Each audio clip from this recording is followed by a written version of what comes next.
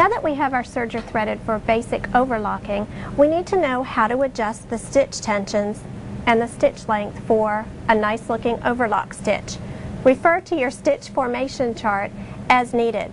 For a 4-thread overlock, it tells us that we need to have our tension set at 4, 4, 4, and 4. Everything looks good. We have our stitch length set as indicated by our chart, our differential feed, and our cutting width. But notice that when we've sewn this first overlock seam, there's a lot of tunneling. There's too much fabric left over in our seam. The new MTC, or micro thread control, is going to correct that stitch for us in one easy turn of a lever. By simply turning the MTC lever, we can let more thread into the stitch for a nice, flat, balanced overlock. Notice that when you remove the foot from your overlock, you'll see that there are 2 sets of feed dogs.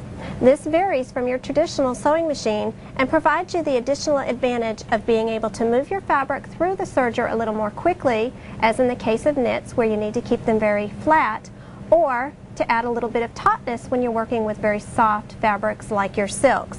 Adjusting the differential knob will increase or decrease the speed at which the forward set of feed dogs moves, keeping your seams and your knits flat and your wovens from puckering. Notice that without the benefit of differential feed, the side of your knit has stretched out of shape.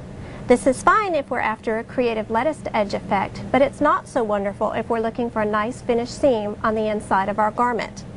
By increasing our differential feed,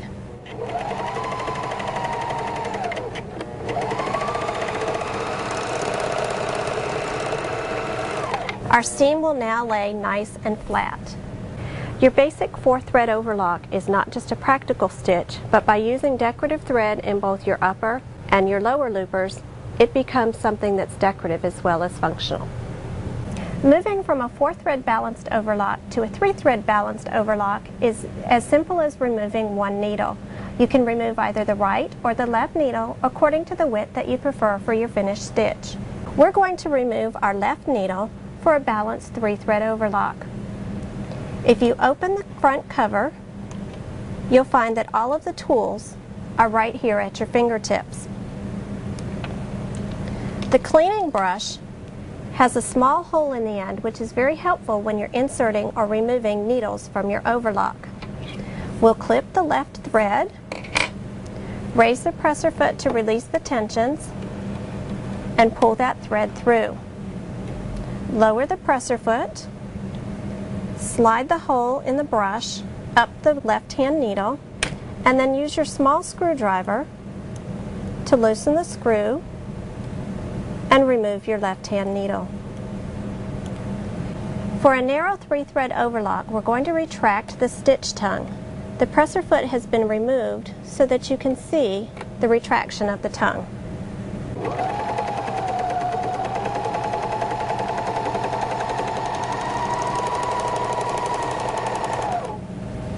Your 3-thread overlock is a practical stitch for finishing off the edges of light to medium weight fabrics. You'll also find that it becomes a spectacular edging or decorative thread by simply changing out your traditional serger threads with decorative threads in both your upper and lower loopers. A 3-thread narrow lock is a more delicate version of the traditional 3-thread overlock. You'll find that this comes in handy when seaming together fine fabrics such as batiste and silks, and again it makes a wonderful decorative accent when used with a decorative thread on the outside of your project. One of the most popular creative uses for an overlock is a rolled hem. If we take a look at our stitch formation overview, we'll see that for a rolled hem, we'll continue to use our right needle, and that we need to adjust the tensions to 4, 4, 5, and 6, 5. 4, 4, 5, and 6, 5. Our stitch tongue needs to be retracted or pulled towards us. We're going to adjust the stitch length to 1. Leave our differential feed at neutral, and our cutting width should be at 1.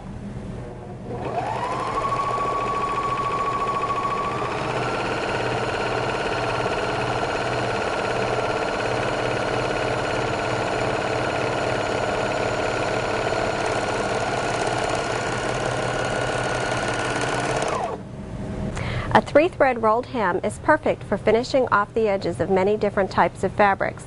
Seen here, it makes an elegant accent to the edge of your ruffles.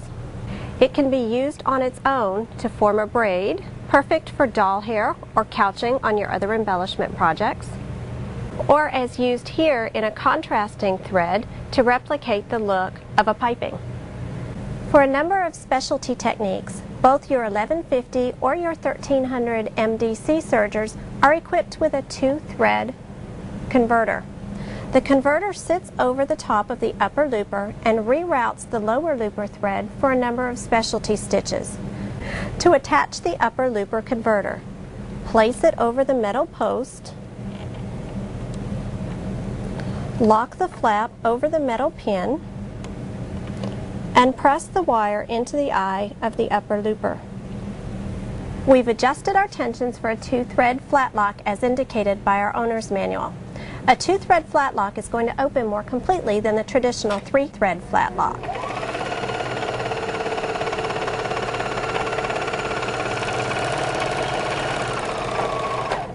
Once you've completed the stitching, pull the fabric layers apart and your decorative serging will sit on the outside of your seam. You'll find that a 2-thread flat lock opens more completely and will lay more flat than the traditional 3-thread. With a decorative thread in the lower looper, it's both a practical as well as a decorative application. Traditionally, the opposing side of the flat lock is considered to be the wrong side, with all of these straight rows or teeth of stitching. Use this as an alternative to the traditional decorative flat locking, and for extra or added texture, run a ribbon or cord underneath. For a completely reversible stitch, a 2-thread wrapped overlock is the perfect choice. Simply reduce your lower looper tension, thread with a decorative thread, and stitch.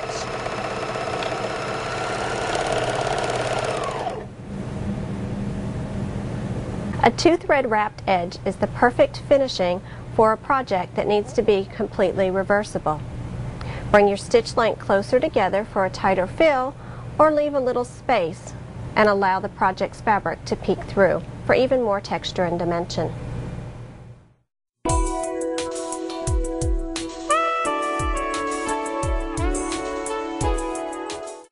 We're going to be working now with the 1300 MDC. This is Bernina's newest top-of-the-line overlock and cover stitch machine. It makes use additionally of the innovative micro-thread control functionality that we saw on the 1150. It also has a helpful LCD screen with reminders of everything that you need to know to serge successfully. The LCD screen will be much easier to understand if we know what each of the symbols represents. Here you'll see the stitch formation that's being referred to. If you look at the stitch formation chart in your owner's manual, you'll see that stitch number 1 is your basic 4-thread overlock.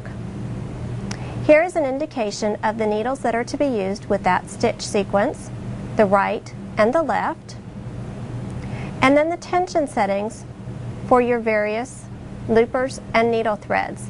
Notice that the color chip just above the area on the LCD screen is color coordinated with the tension dial across the top.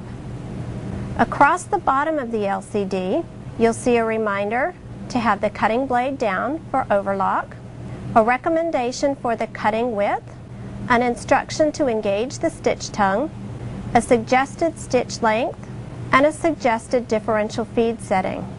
In the event that the upper looper should be disengaged, that information will appear here. To scroll through to find information for additional stitches, use the buttons on the right-hand side of the machine. The up arrow will take you sequentially through the 24 different stitch variations found on the 1300. Use the down arrow to move backwards through the numbered stitches. You can even make changes to the recommended settings for your own personal projects. Press the Edit key and notice that the first tension setting is highlighted. Continue to press the Edit key until the information block that you wish to make changes to is highlighted. We need to make a change to the recommended left needle tension. Press the change button, and you can now increase or decrease the recommended tension setting for your left needle. Press the edit key to increase or the change key to decrease.